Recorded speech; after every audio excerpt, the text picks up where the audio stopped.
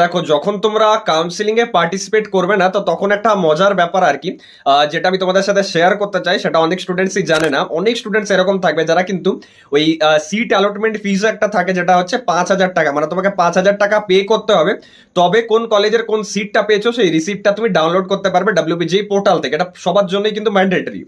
এবার সেটা যদি তুমি রাউন্ড ওয়ান রাউন্ডে পার্টিসিপেট না করে মপ আপ রাউন্ডেও পার্টিসিপেট করো, তবুও কিন্তু সেমই লাগবে। কিন্তু এখানে ফ্যাক্টর হচ্ছে, অনেক স্টুডেন্টস থাকে যারা ধরো কোনো অন্য কলেজ অ্যাডমিশন নিয়ে নিয়েছে, বা ধরো অন্য স্টেট চলে গেছে, বা হয়তো ড্রপ দিচ্ছে, তো এই অলসতার জন্য বা আরো 5,000 টাকা দিতে হবে, তো ওই চক্করে না অনেকে কিন্তু WBG এর কাউন্সিলিং এ ওই সিট অ্যালটমেন্টটাই করে নেবে। যদি সিট অ্যালটমেন্টটা না করলো, তাহলে রাউন্ড ওয়ানে তাদের হয়তো সিট পেলো, তারা মানে তাদের র্যাঙ্কের অ্যাকর্ডিং তারা পেলো, কম্পিটিশনটা তুমি ফিলও করলে, কিন্তু তারা কিন্তু আর কলেজে ফিজিক্যাল ভেরিফিকেশন করাতে যেতে পারবে না, যেহেতু তারা 5,000 টাকা পে করেনি।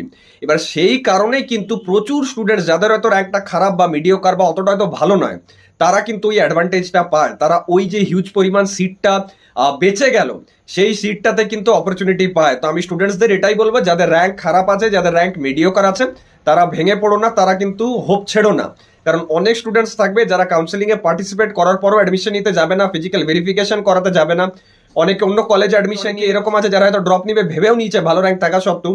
তো সেই সব অ্যাডভান্টেজ গুলো কিন্তু তোমাদের নিতে হবে, এবং তার জন্য বি কানেক্টেড উইথ মি, কারণ আমি তোমাদের জেনুইনলি গাইড করব কোনটা কোন কলেজ, কোন সিট, কোন ব্রাঞ্চ, কিভাবে পাবে না পাবে, সব রকম কিন্তু গাইডেন্স দেবো। তো তার জন্য কানেক্টেড থাকতে হবে আর বিশ্বাস করতে হবে। থ্যাঙ্কস লট, দেখা হচ্ছে নেক্সট ভিডিও।